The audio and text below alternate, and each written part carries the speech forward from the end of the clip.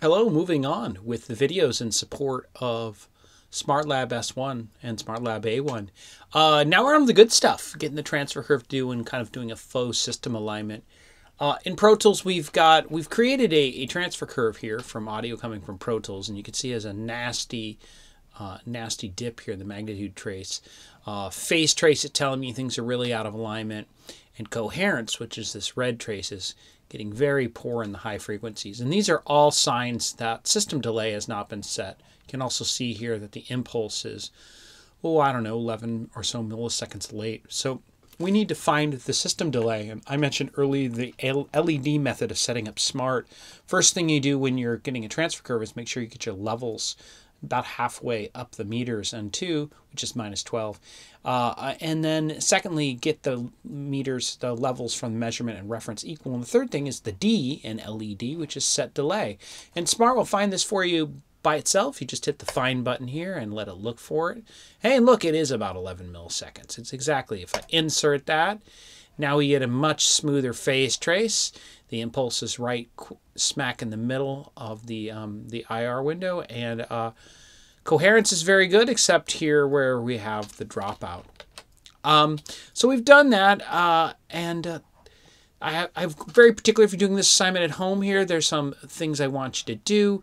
Turn off the subs, and let's just start this alignment process, kind of imitating what you would do. By the way, you can speed that up. That took quite a long time to redraw that. You could either speed up your averaging depth or hit the V key to kind of quickly reset what's going on. So let's find an averaging depth. I don't know, we'll go with 4 here.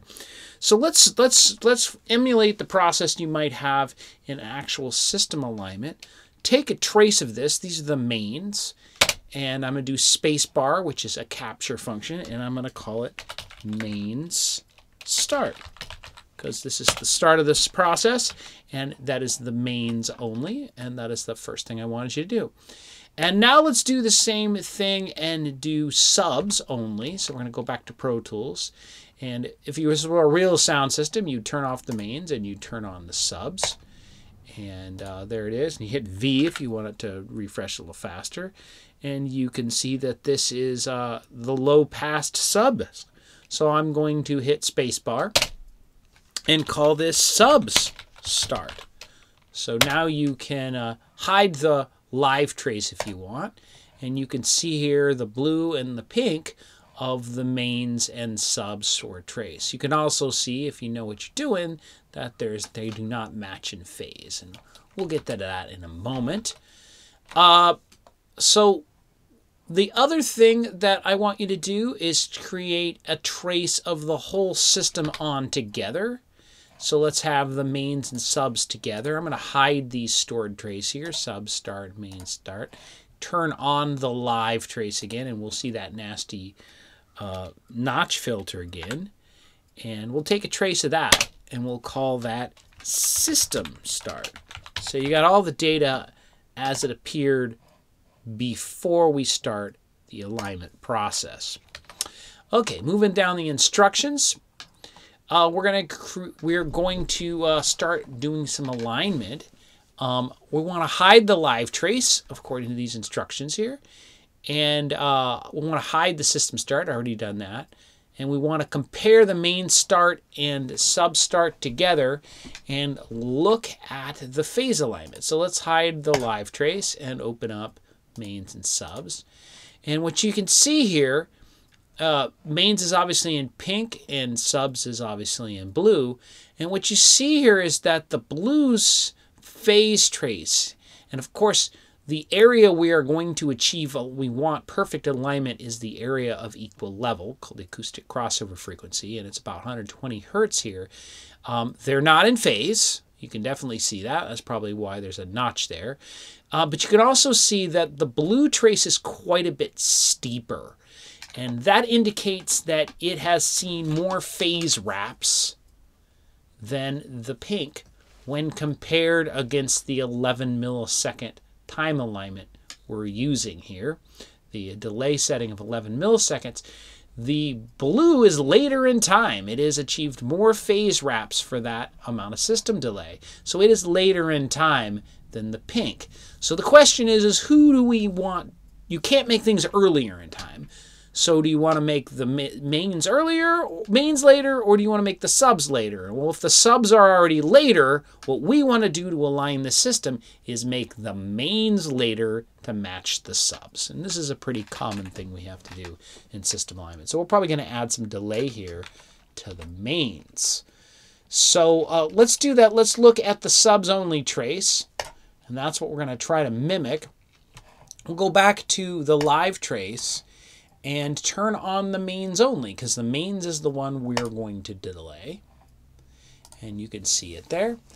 And so we're going to pretend that Pro Tools is a loudspeaker processor and going to put a delay plugin on it. And it's up here, boop, and plugin, delay. And Pro Tools comes with a free one called Mod Delay 3, and that's the one you should insert. All the Pro Tools versions come with that. And let's make sure it defaults to a crazy value of 250 milliseconds. Let's bring that down to, I don't know, 0 milliseconds or 1 millisecond or something. Make sure there's nothing weird set. It's 100% wet, doesn't have any feedback. It's just a delay. And what you want to do is start adding delay 1 millisecond at a time to try to get those mains to be later in time and the phase trace to start sloping a little bit more downwards. So we add 1 millisecond and 2 millisecond, and you can see that it is indeed getting steeper. It's getting closer, and of course we're aiming for right here. We want perfect alignment. We want them to be equal in phase here and have the same slope. That's very important. Same slope and equal in phase alignment. And so we're in phase now. You can see these two overlap, but you see that the subs, the blue, is still steeper. So I guess I got to go a little further. Maybe it's another phase wrap off. Now we're out of phase, but we're getting closer to being in time. Being in time is indicative of the angle of the slope. In phase, it's indicative of where the slope actually is. So we've run into a really interesting situation here where the traces have about the same angle, but they're not at phase. So what does that mean? I can keep adding more delay to it, but at some point I'm going to add too much delay, and the mains are going to end up later than the subs. And I think that's starting to happen here as I get to 11 milliseconds.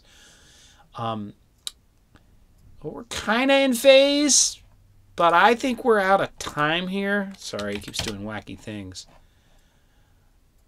So it's kind of okay there, but you can see the mains are steeper than the subs, which means the mains are later. It was somewhere around 8.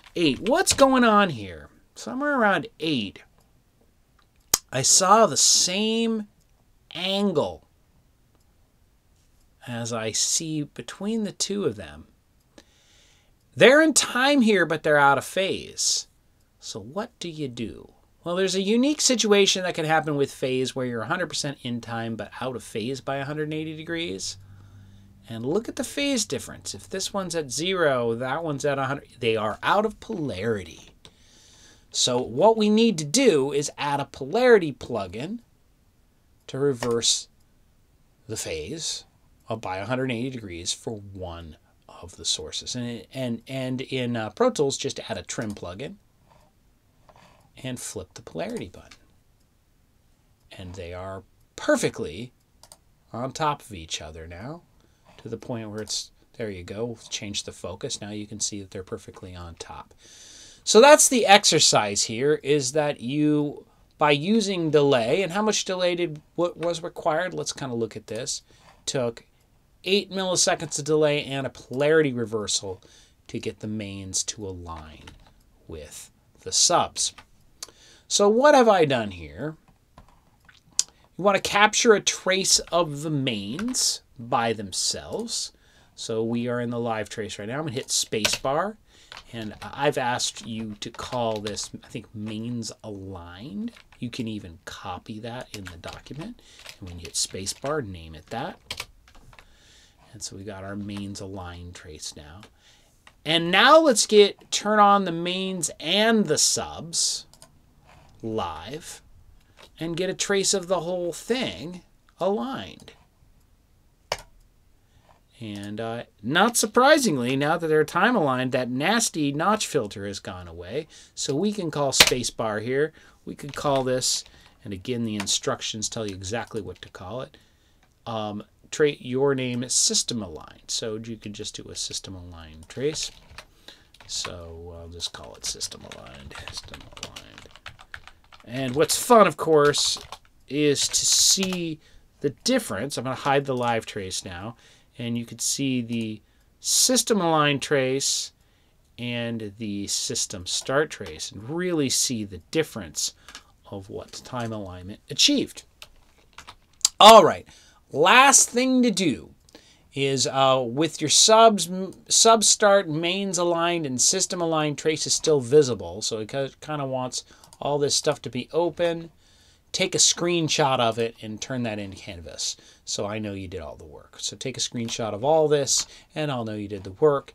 Here in the PDF, it does explain of what you're turning in. You're turning in 3 screenshots, one of the spectrum mode, everything working, one with the spectrum mode with the generator working, and one here, the system time aligned here, showing me your transfer function. Okay, so I hope you enjoy this lab. It's certainly fun to use Rational Acoustics Smart. It's a great program, and what I showed you in here is the basics to do, get started and playing with the program and make some fun. All right, have a great day. Bye bye.